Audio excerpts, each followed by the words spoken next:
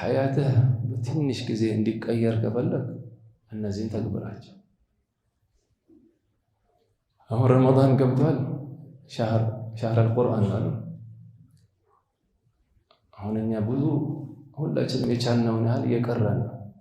ሰለፎች እንዴት ነበሩ ረመዳን ላይ ከረመዳን ውጭ?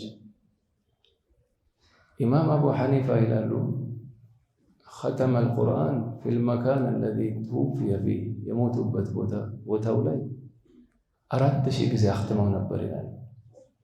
ስንት ያختመው? ዛሬ መሬት ምን እንደሚመሰክርልን ለኛ እስኪ ቤትህ ላይ 4 ክፍል አለ 2 ክፍል ምን እንደሚመሰክርልን አኺራ ላይ እኔ ሰው እዚህ ላይ ምን ይሰራ ነበር? እዚህ ላይ يومئذ تحدث أخبارها بأن ربك أوحى لها ኢማም አነወዊ ሸርሕ ሙስሊም አላቸው። እዛ ላይ ስለ አንድ ሰው ሲናገሩ ስለ እሱ ሐያትን በዛው ሲናገሩ አቢበከር ቢን አያሽ አቢበከር ቢን እኚህ ሰው ሊሞቱ ሲሉ ልጃቸው ምን አሉት አሉ ልጄ ሆይ አሉት እዚህ ክፍል ላይ አላህን አታምፀው አሉ። እዚህ ክፍል ላይ አላህን አታምፀው። እዚህ ክፍል ላይ ለምን? እዚህ ክፍል ላይ ወደ 12000 ጊዜ ቁርአን አختምበታለሁ አሉ።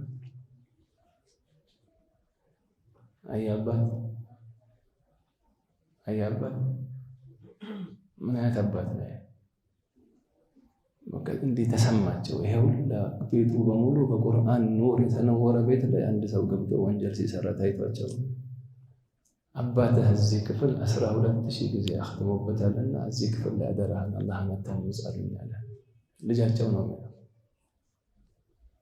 ሙሐመድ ቢን ሙስዒር የተባሉት ደግሞ ካነ ሚን አውራዲሂ ቀብለ النوم أن يقرأ نصف القرآن ከመተኛታቸው በፊት ዊርዳቸው ነው ማለት።